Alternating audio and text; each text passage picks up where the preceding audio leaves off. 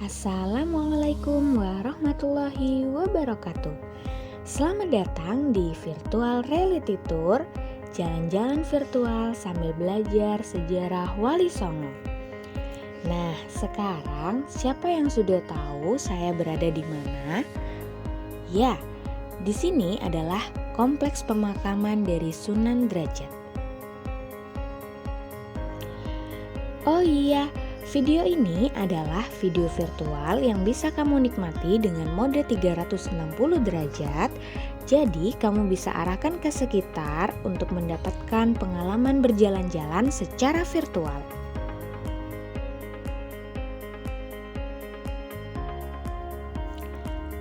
Sunan Derajat yang lahir dengan nama Raden Qasim diperkirakan lahir pada tahun 1470 Masehi.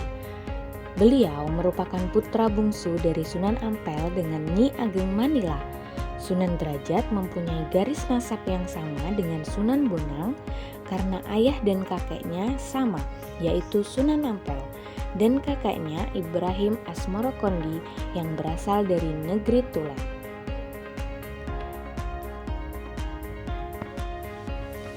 Sunan Derajat dididik dalam lingkungan Jawa karena ibunya berasal dari keluarga Bupati Tuban, sehingga pengetahuannya tentang ilmu, bahasa, seni, budaya, sastra, dan agama lebih dominan bercorak Jawa.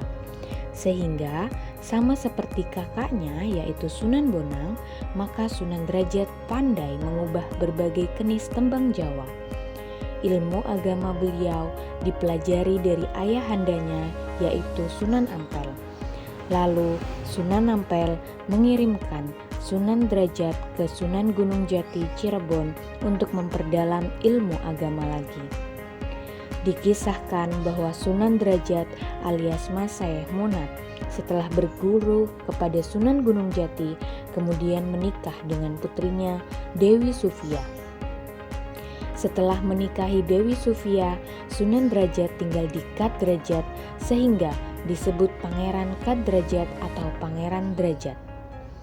Selain menikah dengan Dewi Sufia, Sunan Derajat menikah dengan Nyai Kemuning, putri Kiai Mayang Madu, dan kemudian menikah pula dengan Nyai Retna Ayu Chandra Sekar putri Arya Wiranatapada atau Arya Suryadilaga Adipati Kediri. Atas perintah ayahandanya Sunan Ampel, Sunan Derajat berdakwah menyebarkan Islam di pesisir barat Gresik. Lalu tibalah Sunan Derajat di desa Banjarwati, sebuah desa di kecamatan Paciran, Lamongan.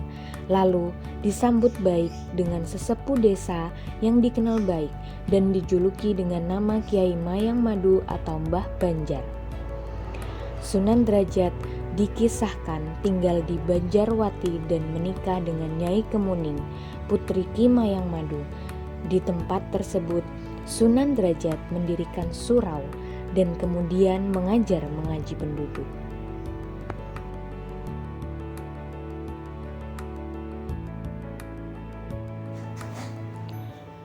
Sunan Derajat dikenal sebagai penyebar Islam yang berjiwa sosial tinggi. Dibuktikan dengan perhatiannya terhadap masyarakat lebih tinggi daripada dirinya sendiri. Setelah memberikan perhatian terhadap penduduk yang fakir dan miskin, barulah Sunan Derajat memberikan pemahaman tentang ajaran Islam. Hal itu yang menyebabkan ajaran Islam dapat diterima dengan baik di masyarakat. Dengan ajarannya yang sederhana dan bisa dijalani masyarakat, maka semakin lama pengikut Sunan Derajat semakin banyak.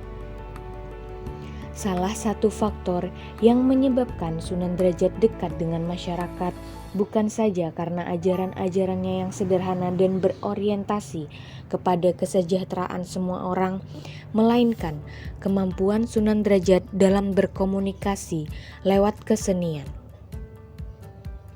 Setelah lama tinggal di Derajat, Sunan Derajat memindahkan tempat tinggalnya ke arah selatan yang tanahnya lebih tinggi, yang dikenal sebagai Dalem Dhuwur.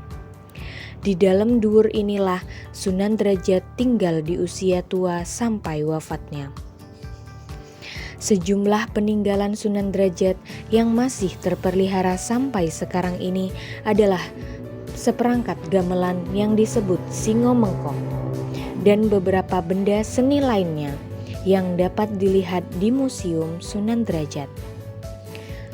Di antara pendidikan moral yang ditekankan oleh Sunan Derajat dalam melakukan syiar ajaran Islam di Lamongan dan sekitarnya, yakni etos kerja keras, kedermawanan, pengentasan kemiskinan, usaha menciptakan kemakmuran, solidaritas sosial, serta gotong royong. Sementara itu, dalam hal yang lebih teknis, Sunan Derajat mengajarkan kepada masyarakat mengenai teknik-teknik membuat rumah dan tandu. Nilai-nilai luhur yang diajarkan Sunan Derajat memiliki sisi menarik, yakni ajakan melakukan perbuatan terbaik untuk umat atau masyarakat. Pesan-pesan luhur Sunan Derajat dikenal dengan sebutan catur piwulang.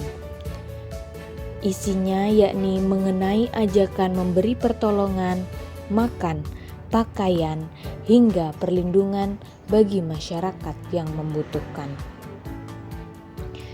Demikianlah yang dapat kita ambil dari perjalanan virtual kali ini. Semoga nilai-nilai luhur dapat kita teladani dan terapkan dalam kehidupan kita sehari-hari. Sekian, usai sudah perjalanan virtual reality tour 360 derajat kita kali ini. Sampai jumpa di jalan-jalan virtual selanjutnya.